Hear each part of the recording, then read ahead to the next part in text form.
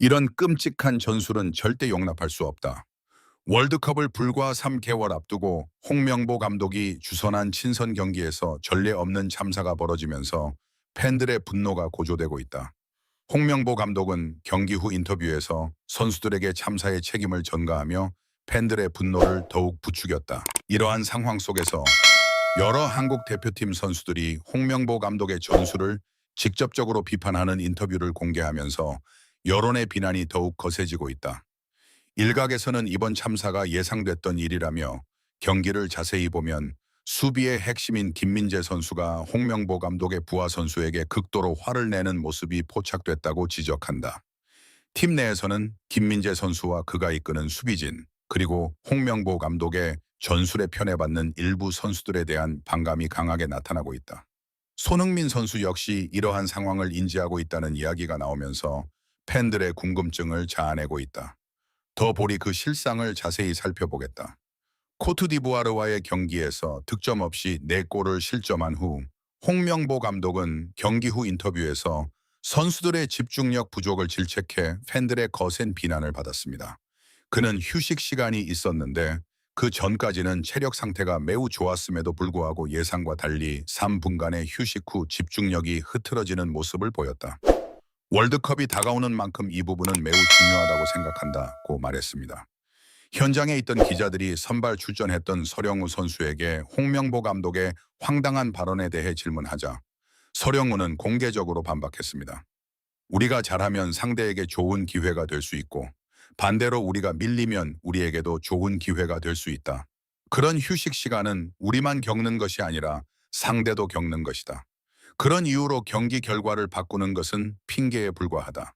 지금은 물 마시고 쉴 시간인 것 같다고 말했습니다. 하지만 이게 전부가 아닙니다. 서령훈은 경기 후 인터뷰에서 홍명보의 전술적 능력 부족을 솔직하게 지적해 팬들 사이에서 화제가 되었다. 그는 개인적으로 3백 포메이션을 쓸 때 윙어처럼 공격에 가담하는 경우가 많다. 소속팀에서는 3백 포메이션을 거의 쓰지 않고 대표팀에서도 다른 전술을 사용하기 때문에 나뿐만 아니라 많은 선수들이 어려움을 느낀다. 하지만 소속팀에서는 윙어가 아니기 때문에 공격적인 역할을 더 많이 요구받는다. 수비 능력에는 항상 자신 있지만 개인적으로는 더 나은 공격적인 모습을 보여주기 위해 열심히 노력하고 있다고 말했다. 이 인터뷰를 접한 일부 전문가들은 월드컵까지 단 3개월밖에 남지 않은 상황에서 수비적인 전술을 실험하는 것은 부적절하며 현대 축구에서 3백 포메이션은 거의 사용되지 않는다는 점을 지적하며 홍명보의 전술적 능력 부족을 비판했다. 김민재는 코트디부아르와의 경기 전 인터뷰에서 이러한 문제점을 공개적으로 지적했다고 밝혔다. 네, 물론 저는 3인 수비가 4인 수비보다 더 많은 훈련이 필요하다고 생각하며 이는 필요한 활동량과 관련된 문제 아닌가요? 1대1 상황을 막지 못하면 2대1 상황에도 대처해야 합니다. 11명의 선수 모두가 함께 뛰면서 공격과 수비 모두에서 호흡을 맞출 때 더 나은 조직력이 형성된다고 생각합니다. 김문환 선수를 예로 들며 오른쪽 풀백인 김문환 선수가 윙어처럼 플레이하도록 지시받았기 때문에 높은 위치에서 상대를 압박한다고 설명했습니다. 상대 선수가 김문환 선수를 제치면 김문환 선수가 전진 배치한 오른쪽 측면에 공간이 생긴다고 말했습니다. 볼리비아 대표팀은 이를 잘 알고 있으며 김문환 선수가 만들어낸 공간을 공격 전개를 통해 활용하려고 노력한다고 강조하며 이러한 패스는 결코 우연이 아니라고 덧붙였습니다. 김문환 선수가 만들어낸 공간을 활용하는 것이 핵심 전술이라는 것입니다. 상대방의 이러한 역습을 막기 위해서는 특히 김문환과 같은 측면 수비수들의 공격이 실패할 경우 중앙 수비형 미드필더들이 압박을 가해 상대방이 공을 앞으로 전진시키지 못하게 하고 측면 수비수들이 수비 지역으로 후퇴하는 데 시간을 지체하도록 해야 합니다. 그러나 두 선수가 상대의 역습을 지켜보기만 하는 여유로운 축구를 하고 있다는 지적이 나왔습니다. 특히 김문환은 수비에 가담하지 않고 느긋하게 플레이하는 경향이 있었고 이로 인해 3인 수비 시스템은 김민재를 중앙과 측면을 동시에 커버해야 하는 매우 어려운 상황에 자주 몰아넣었습니다. 김문환이 공격적으로 전진하면서 비워진 공간까지 신경 써야 했기 때문입니다. 현대 축구에서 3인 수비 시스템이 사용되지 않는 이유도 바로 이러한 명백한 약점 때문이라는 주장이 제기되었습니다. 김민재가 중앙을 커버하려다 주저하며 측면으로 이동하는 경우가 잦았고 이것이 문제의 원인이라고 설명했습니다. 그는 김민재가 이러한 상황에서도 침착하게 패스를 차단하고 크로스를 막아냈다고 지적했습니다. 또한 볼리비아와의 경기에서 이러한 상황이 빈번하게 발생하면서 결국 김민재가 경기 도중 폭발했다고 덧붙였습니다. 그는 김민재가 김문환이 크로스를 막은 후 뒤로 물러나지 않고 돌아다녔다고 공개적으로 비판했는데 김문환이 자신보다 한 살 많다는 점을 지적했다.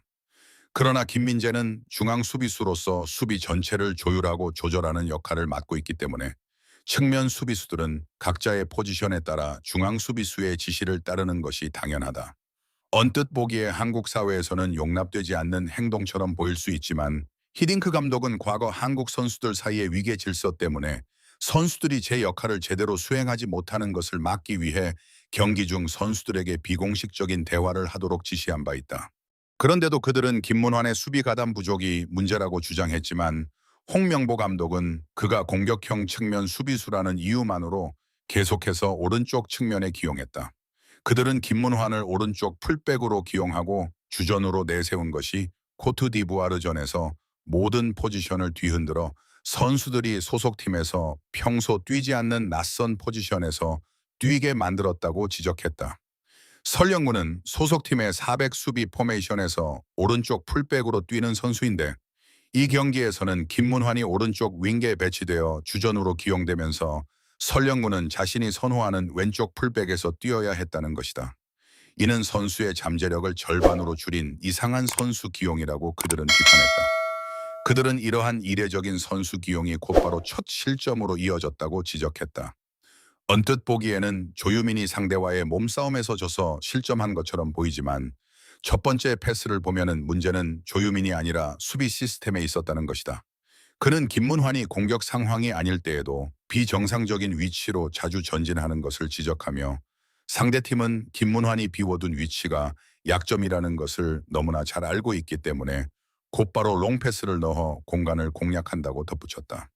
그는 공이 상대 발밑에 도달하는 상황을 보면 항상 김문환이 그 자리에 있다는 점을 언급하며 높은 위치에서 상대를 압박하려면 수비와 공격이 분리되어서는 안 된다고 강조했다. 그런 상황에서 상대가 뒷공간을 노려 역습을 시도할 경우 조유민과 같은 센터백이 이를 막아야 하는데 이는 뛰어난 스피드와 1대1 상황에서 상대 공격수를 압도할 수 있는 능력을 필요로 한다. 김민재가 2명 있는 게 아니라면 말이다. 그는 홍명보 감독이 김문환을 풀백으로 기용하는 시스템을 도저히 이해할 수 없다고 말했다. 이 설명을 듣고 일부 팬들은 분석을 듣고 나니 신랄한 비판을 하지 않을 수 없었다는 댓글을 남겼다. 그들은 김민재가 경기 중에 얼마나 절박했길래 김문환에게 물러나라고까지 화를 냈을까? 김민재는 겉으로는 아무 말도 하지 않았지만 속으로는 분노가 끓어올랐을 거야. 김문환은 마치 양아들 같아. 라고 지적했고 많은 팬들이 이 의견에 공감했다.